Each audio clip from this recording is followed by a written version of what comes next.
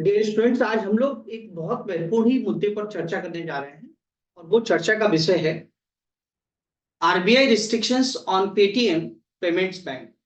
मतलब जो Paytm payments bank है उस पर आरबीआई ने जो प्रतिबंध लगाए हुए हैं, बहुत कंफ्यूजन है एक आम व्यक्ति को। एक आम आदमी वो ये सोच रहा है कि क्या पेटीएम बंद हो जाएगा। तो हम इससे रिलेटेड वो सारे आयाम जो है, जो डायमेंशन है, जो हमारे परीक्षा के दृष्टिकोण से तो इंपॉर्टेंट है ही है, और साथ ही साथ एक आम व्यक्ति जो है जिसको ये बातें समझनी चाहिए ताकि उसके सारे कॉन्सेप्ट्स क्लियर हो जाए यहाँ पे, वो हम सारी चीजें यहाँ पे चर्चा करेंगे।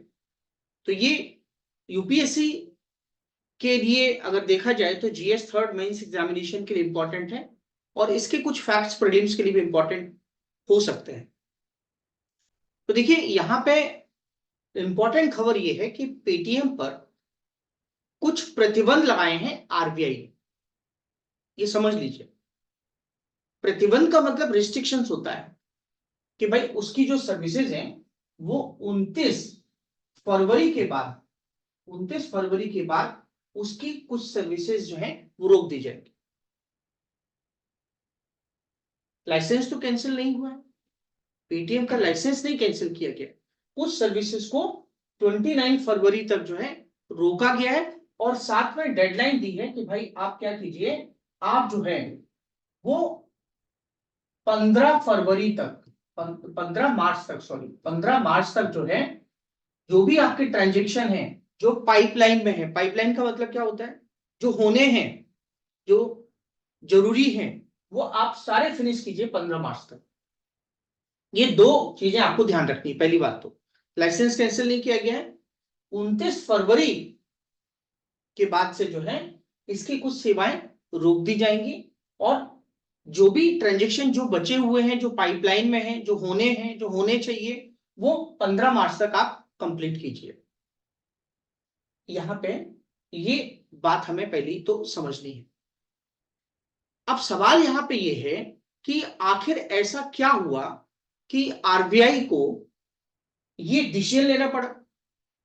तो आरबीआई को डिसीजन इसलिए लेना पड़ा, उसके पीछे कारण यहां पे ये है, मैं आपको बताऊं कि इसकी एक पेरेंट कंपनी है, इसकी एक पेरेंट कंपनी है और उस पेरेंट कंपनी का नाम है 197 कम्युनिकेशंस। पेरेंट कंपनी का नाम है 197 कम्युनिकेशंस, ये उस पेरेंट्स कंपनी का नाम है।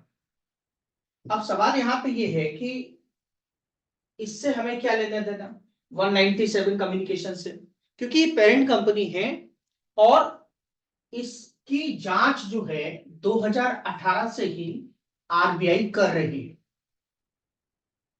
इसके ऊपर ये आरबीआई का कहना है कि ये जो आरबीआई की जो गाइडलाइंस है, आरबीआई के जो दिशा निर्देश हैं, उसका ये पालन नहीं करते हैं। तो एक तो इंपॉर्टेंट ग्राउंड ये हो गया। दूसरा इंपॉर्टेंट बात ये भी है कि भारत और चीन के संबंध भी अच्छे नहीं है और ये जो कंपनी है इससे खतरा ये है कि ये कुछ जो डाटा है ये कहीं ना कहीं लीक हो सकता है। इन ग्राउंड पर जो है, चूंकि संदेह में है, इसीलिए इसके जो सर्विसेज हैं उनको क्या किया गया है, उनको जो है प्रतिबंधित कर दिया गया। तो ये तो हमने इतनी बात समझ ली। अब देखिए यहां पे जब सरकार हमारी है, गवर्नमेंट हमारी है, वो आज वित्तीय समावेशन पे बहुत ध्यान दे रही है। अब यहां पे पॉइंट नोट करना, वित्तीय समावेशन जो कि बहुत इंपॉर्टेंट है आपके एग्जाम के लिए। फाइनेंशियल इंक्लूजन क्या होता है? फाइनेंशियल इंक्लूजन, फाइनेंशियल इंक्लूजन का मतलब होता है कि समावेश करना, सब लोगों को जोड़ना, वित्त से सभी लोगों का जोड़ना, नाम ही है वित्तीय समावेशन। और वित्तीय समावेशन का मतलब होता है कि फाइनेंस के साथ सब जुड़ जाए, बैंकिंग व्यवस्था के साथ सभी जुड़ जाए। तो आपको याद होगा कि हमारी गवर्नमेंट ने उसी के लिए प्रधानमंत्री जनधन योजना लाई थी, जिसके द्वारा सभी लोगों का बैंक में अकाउंट हो। और आपको पता है कोरोना के समय जो है, कोरोना के समय इस जनधन जो अकाउंट खोले गए थे उसने एक बहुत इंपॉर्टेंट रोल प्ले किया है। तो सरकार जब चाहती है कि सभी लोगों को बैंकिंग व्यवस्था के साथ जोड़ा जाए, अब देखिए बैंक तो सब जगह खुल नहीं सकती है, तो ऐसे में ये जो पेटीएम वगैरह है, ये जो फिनटेक कंपनीज है, अब आप सोचेंगे सही फिनटेक कंपनी क्या होता है, कि देखिए बैंकिंग व्यवस्था सब जगह है मान लिया, लेकिन हर जगह नहीं पहुंच सकती बैंक। तो ऐसे में जब हम वित्त फाइनेंस और फाइनेंस के साथ जब हम टेक्नोलॉजी यूज करते हैं, जैसे पेटीएम हो गया, ठीक है, पेटीएम जो पेमेंट बैंक है, ये टेक्नोलॉजी का इस्तेमाल कर रहे हैं और एक आम व्यक्ति तक इसकी सुविधा पहुंच रही है। हर व्यक्ति कहीं पे जाता है, दुकान पे, चाय की दुकान पे, कहीं पे तुरंत जो है पेटीएम से पेमेंट कर देता है, एक आसानी है, ठीक है। और सरकार चाहती है क्या, कि सभी लोगों को ये सुविधाएं दी जाएं, बैंकिंग से जोड़ा जाए।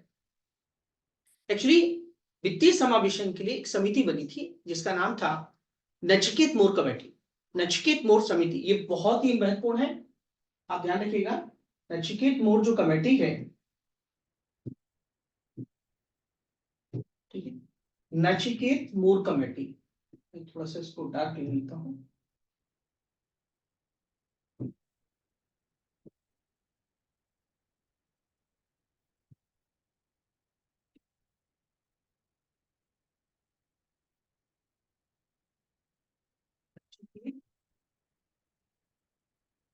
मोर समिति बनाई गई थी,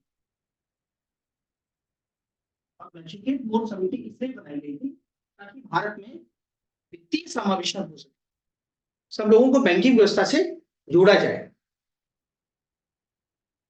तो ऐसी स्थिति में जब सरकार चाहती है कि कैशलेस इकोनॉमी बने, सभी लोग एक कह सकते हैं डिजिटल ट्रांजैक्शन करें, आम आदमी तक फाइनेंस की सुविधा पहुंचे, आम आदमी तक कह सकते हैं एक, सरकार चाहती है कि हर व्यक्ति जो है पेटीएम या गूगल पे, ठीक है, या फिर फोन पे से जुड़े और ट्रांजैक्शन करे, ऑनलाइन ट्रांजैक्शन करे, सरकार खुद चाहती है, क्योंकि सब लोग जो है टैक्स के दायरे में आ जाते हैं, तो सरकार ये खुद ही चाहती, गवर्नमेंट। लेकिन ऐसे में ये रिस्ट्रिक्शन लगा देना क्या औचित्य बनता है इसका, तो आप समझ गए होंगे इसका जस्टिफिकेशन यही है कि हमारी जो आरबीआई है वो ये नहीं चाहती है कि आरबीआई की जो गाइडलाइंस है जब आप उनको फॉलो नहीं करेंगे तो कहीं ना कहीं पर प्रतिबंध तो लगाया जाएगा, तो रिस्ट्रिक्शंस इंपोज किए, आप समझिए इस बात को, ठीक है।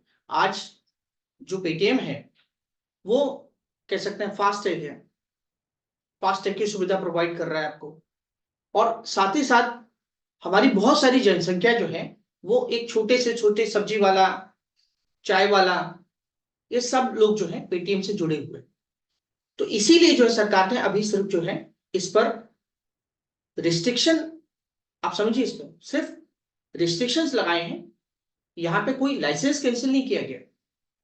पेटीएम का कहना यह है कि हम आरबीआई के जो गाइडलाइंस है उनको फॉलो करेंगे, तो आपको यहां पे ये बात समझ में आई होगी कि जिस तरीके से जो है एक पेटीएम जो है जिसने क्रांति लाई थी, हम कह सकते हैं वित्तीय समावेशन के लिए एक क्रांति का जनक है ये, और फिनटेक क्रांति जो हुई है भारत में उसके प्रतीक के रूप में पेटीएम को माना जाता है।